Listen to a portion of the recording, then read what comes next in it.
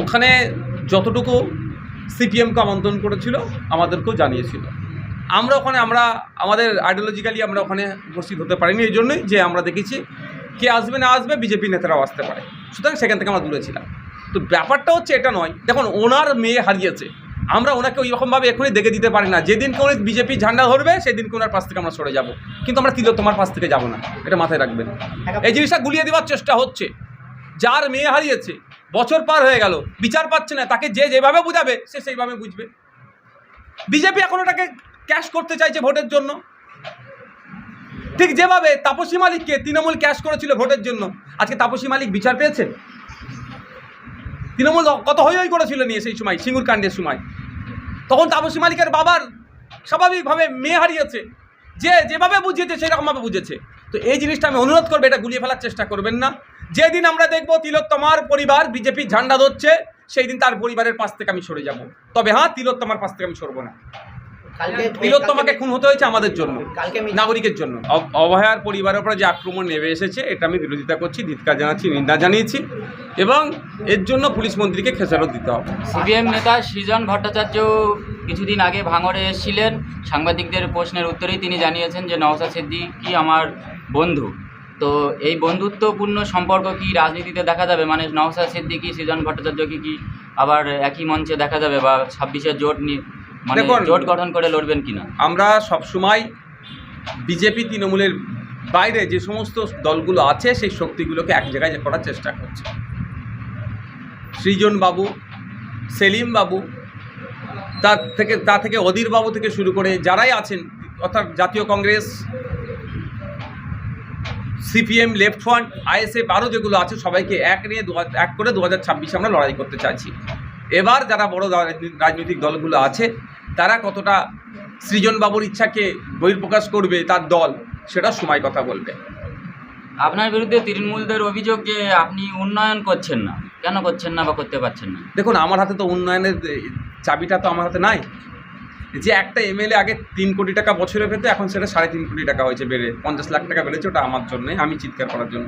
এটা কিন্তু আমি হাতে টাকাটা পাবো না, আমাকে বলে দিতে হবে ডিস্ট্রিক্ট প্ল্যানিং অফিসারকে কোথায় কোথায় কী করতে চাইছি, সেই মতো তারা টেন্ডার ডেকে করে দেবে। কিন্তু আমার কাজ এতদিন ঝুলিয়ে এসেছে। আমার কাজ আমি পঞ্চায়েত সমিতির মাধ্যমে করতে চেয়েছিলাম, পাইকানে ব্যবতার কথা বলছি, কলের যে বোরিং হওয়া দরকার সেটা হয়নি, যে মেটেরিয়ালস দেওয়ার কথা সেটা দেয়নি, যে নেম প্লেট হওয়ার কথা সেটা দেয়নি। সমস্ত কাজে ইচ্ছাকৃতভাবে টাইম কিল করেছে আর খারাপ মেটেরিয়ালস দিয়েছে। সেই জন্য বাধ্য আমি মুখ্যমন্ত্রীর কাছে ছুটে গিয়েছিলাম। এখন কিছু কিছু কাজ আমার ছাড়ছে। তো আমি একটা কথা বলেছি, তৃণমূল ভাইদেরকে অত চিন্তিত হওয়ার কোনো জায়গা নেই।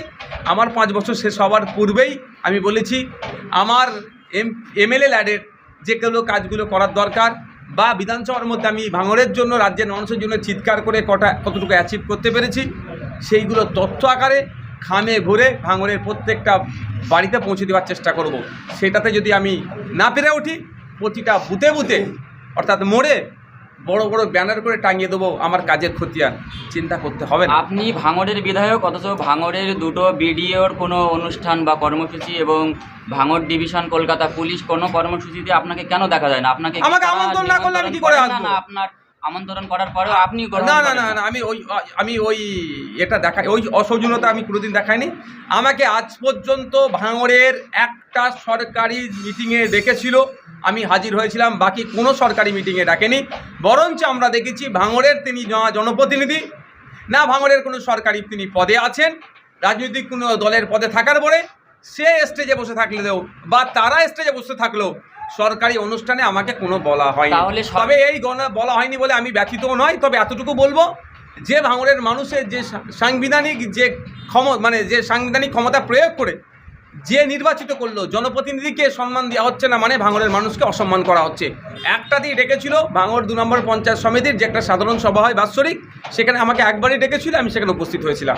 তাহলে কি পুলিশ এবং প্রশাসন পক্ষপাত দুষ্ট আচরণ করছে? একদম বৈষম্যমূলক আচরণ হচ্ছে। লোকাল বিধায়ককে যেখানে অন্য জায়গার নির্বাচিত জনপ্রতিনিধি না হলেও বা এই ভাঙড়ের বাইরের মানুষকে ভাঙড়ের প্রোগ্রামে ডাকছে, সরকারি প্রোগ্রামে। শুধু তাই নয়, এরা এতটাই নিরপেক্ষহীন হয়ে যাচ্ছে যে তৃণমূল কংগ্রেসের রাজনৈতিক প্রোগ্রামে ওরা উঠে ভাষণবাজি করছে, ওখানে উঠে বসে আছে। এদের কাছ থেকে আপনি নিরপেক্ষতা আশা করা মানে ভুল হবে।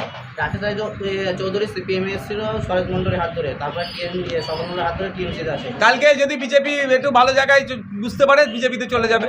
তার শুধু রাকেশ রায় চৌধুরী যাবে না, শওকত মোল্লা হোক, আগামী দিনে যারা ক্ষমতায় আসবে সে সংযুক্ত মোর্চা হোক আর XYZ হোক, দেখবেন তাতে নাম লিখিয়ে দেবে। এ সবসময় তো ক্ষমতার সাথে থাকতে চায় না, আর ওই অনৈতিক কাজ করবে। টিএমসিতে আসার পরই বিরাজবাবু বাড়ি গাড়ি এবং জমি লুট করার অভিযোগ। এইগুলো সব ভিজিলেন্সের এতে আওতায় পড়তে পারে, যেহেতু ওনার স্ত্রী মনে হচ্ছে প্রধান, ভিজিলেন্সের আওতায় পড়তে পারে। সাথে সাথে আমরা সব তথ্য তুলছি, ওই জায়গার জেল নাম্বার কি আছে না আছে, প্রয়োজনে ইডিকে আমরাও জানাবো, যেগুলো তদন্ত করা হোক অ্যাকচুয়ালি সম্পত্তিগুলো কোথা থেকে এসেছে। রাকেশ রায়চৌধুরী গ্রেপ্তার হচ্ছেন না বা কোনো ব্যবস্থা নেওয়া হচ্ছে না, উল্টে শোনা যাচ্ছে যে গণমাধ্যম কর্মীদের বিরুদ্ধে নাকি তিনি অভিযোগ দায়ের করেছেন পুলিশে। আসলে এই গণতন্ত্রের চতুর্থ স্তম্ভকে গলা টিপে ধরার চেষ্টা করা হচ্ছে। তথাকথিতভাবে গণতন্ত্রের চতুর্থ স্তম্ভ মিডিয়াকে বলা হয়, প্রেসকে বলা হয়।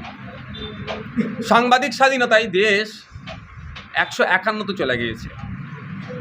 মানে ভাবতে পেরেছেন কোন জায়গায় আমাদের পৌঁছাচ্ছে? ওই আপনারা শুধু আমার বিপক্ষে কেন খবর করবেন? আপনারা আমি টুটি টিপে ধরছি বলে, কিন্তু আমার মধ্যে ওটা দেখেছেন কোনো দিন? আমার দিয়ে আমি উদাহরণ দিচ্ছি, আমার বিপক্ষে খবর হতেই পারে, তা বলে আমি আপনাদের সাংবাদিকদের টুটি টিপে ধরবো? এটা আমাদের সারা দেশে চলছে, পশ্চিমবাংলায় চলছে, এটা বন্ধ হওয়া দরকার।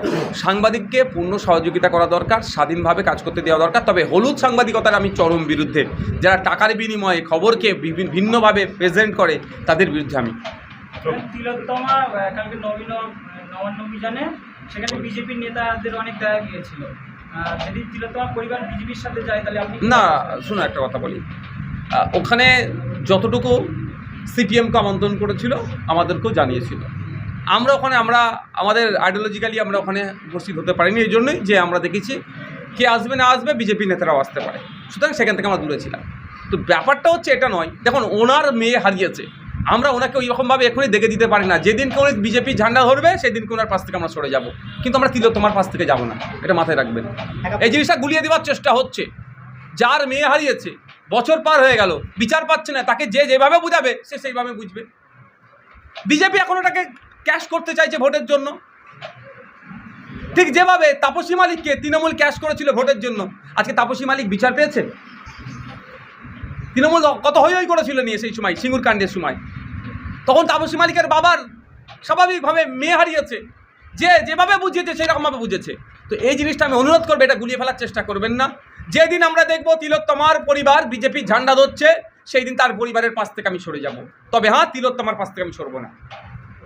তিলোত্তমাকে খুন হতে হয়েছে আমাদের জন্য, নাগরিকের জন্য। কালকে মিছিল থেকে দেখা গেল পুলিশ কর্মীর মুখে লাথি মারা হয়েছে, চরম অন্যায় করেছে, খুঁজে বার করা হোক, ভিডিও ফুটেজ দেখে তাদেরকে পানিশমেন্ট দেওয়া হোক।